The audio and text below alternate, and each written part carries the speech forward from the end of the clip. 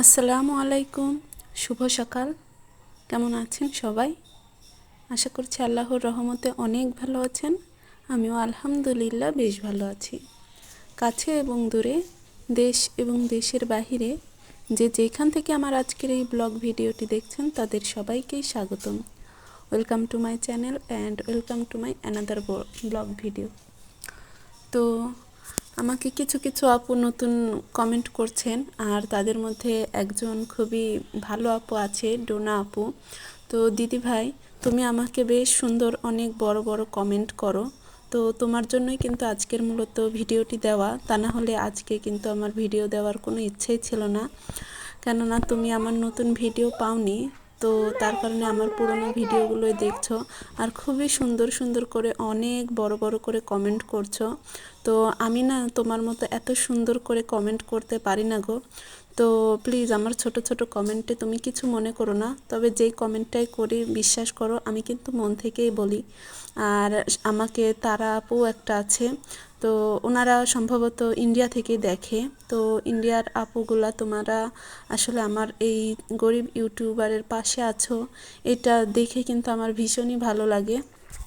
তো আমিও কিন্তু তোমাদের খুব ভালোবাসি, সেটা হয়তো বা এখান থেকে আমি বলে প্রকাশ করতে পারবো না। তো যাই হোক, তোমরা দুজন যেহেতু আমার ভিডিও খুব মনোযোগ সহকারে দেখো, কেননা আমার ভিডিও কোয়ালিফিকেশন এতটাই খারাপ হয় যে দেখানোর মতো কিছুই নেই।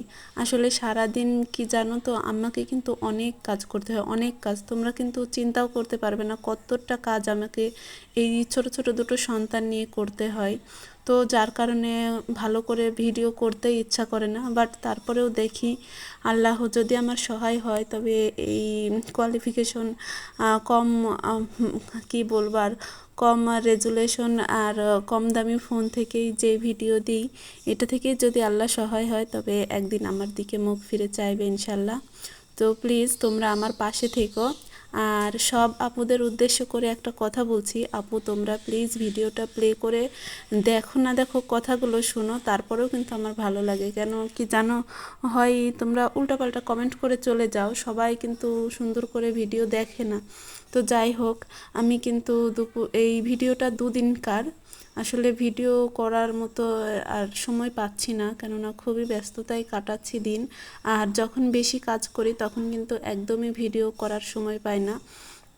তো যাই হোক, দেখো এটা রাতের ভিডিও, ছেলেকে আমি পড়তে বসিয়েছি, আর তারপর এখানে একটুখানি মেশিনের কাজ করছিলাম, যেহেতু ছোট বাচ্চাটা ঘুমিয়ে গেছে, তো ওর ঘুমের ফাঁকে ফাঁকে আমাকে কাজ করতে হয়। আর এই থ্রি পিসটা আমারই, এর আগে যেদিন আমি এটা বের করেছিলাম কাটার জন্য সেটা তো আপনাদের মাঝে দেখিয়েছি। আর আজকে ড্রেসটা বানাতে বসেছিলাম, বাট সালোয়ারটা হয়েছে, কামিজটা কিন্তু এখনও আমার হয়নি।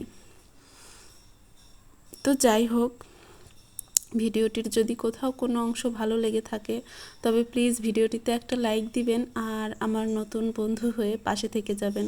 তবে যাদের চ্যানেল আছে তাদের কিন্তু আমিও বন্ধু করে নেব ইনশাল্লাহ, কিন্তু আমাকে সেই ক্ষেত্রে 24 ঘন্টা সময় দিতে হবে, কেননা আমি গত দিনের রিপ্লাইগুলো আজকে করব, আজকের রিপ্লাইগুলো আগামীকাল করব। তো এইভাবেই কিন্তু আমি করি। আর এই যে দেখুন, আমার সালোয়ারটি কিন্তু প্রায় শেষের দিকে, ঠিকই সেই সময়ই কয়েক সেকেন্ডের ভিডিও করে রেখেছি, কেননা যখন অনেক বেশি কাজ করতে হয় তখন কিন্তু এই বারবার ক্যামেরা অন করা অফ করা খুবই ঝামেলার মনে হয়। তো সেই কারণে কিন্তু আমি একবারে কাজগুলো করার সময় না করে এই কমপ্লিট করে তারপরে মনে করুন কাজগুলো দেখাই। যেমন ধরুন রান্নার জন্য আমি অনেকগুলো ভর্তা করেছিলাম, তো করার ভিডিওটা আর দেখাইনি, শুধু খাবার সময় একটুখানি যে ভিডিওটা করেছি সেটাই আর কি। তারপরে ছেলেকে পড়তে বসিয়ে এই সালোয়ারটা বানিয়ে নিয়েছি। আর ড্রেসটা যেই বানাতে যাব তখনই কিন্তু আমার ছোট ছেলেটি উঠে পড়ে, আর ও উঠে পড়লে জানেনই তো, একদমই 2 মাসের বাচ্চা, 2 মাসও এখনও সম্পূর্ণ হয়নি। তো ওকে নিয়ে কিভাবে যে আমি কাজ করি একমাত্র আমিই জানি। আর আমার মতো একা হাতে যে সকল মায়েরা স্ট্রাগল করছে সে সকল মায়েরাই জানে। আর এই যে দেখুন, গত দিন থেকে আজ পর্যন্ত এই সেলাইটা আমি দিনের বেলা ও ঘুমিয়ে থাকে যখন, তখন কাজের ফাঁকে ফাঁকে করি আর কি।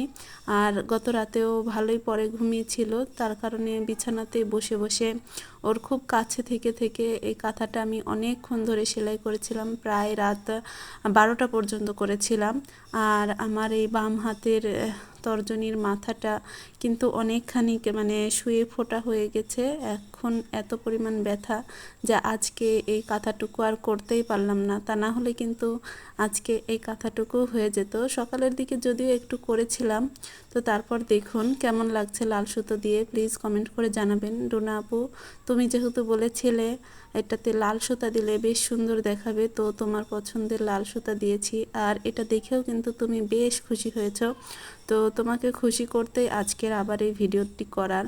কেননা এত সুন্দর তোমরা অনেক কাজ করো, তো সেই জন্য আমি কাজ করার সময় ক্যামেরাটা অন করতে পারি না বারবার। বোঝোই তো, কোনো রকম হেল্পিং হ্যান্ড ছাড়া যেহেতু নিজেই সংসারের সমস্ত কাজ করা লাগে, আবার ভিডিও করা লাগে, ভিডিও এডিটিং করা লাগে, তো সেই জন্য না খুবই বিরক্ত লাগে বারবার ক্যামেরা নিয়ে কাজ করা।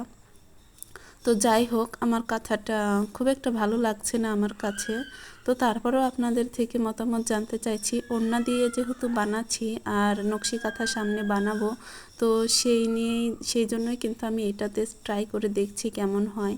আর ভিডিওটা জানি খুবই ছোট হয়েছে, তো তারপরেও যতটুকু হয়েছে প্লিজ আপনারা কেউ কিছু মনে করবেন না। আর যারা দেখবেন তাদেরকে কিন্তু প্লিজ একটা কমেন্ট করতে হবে, তা না হলে আমি বুঝবো না কে কে আমার ভিডিওটি দেখছেন। তো আল্লাহ হাফেজ, আসসালামু আলাইকুম।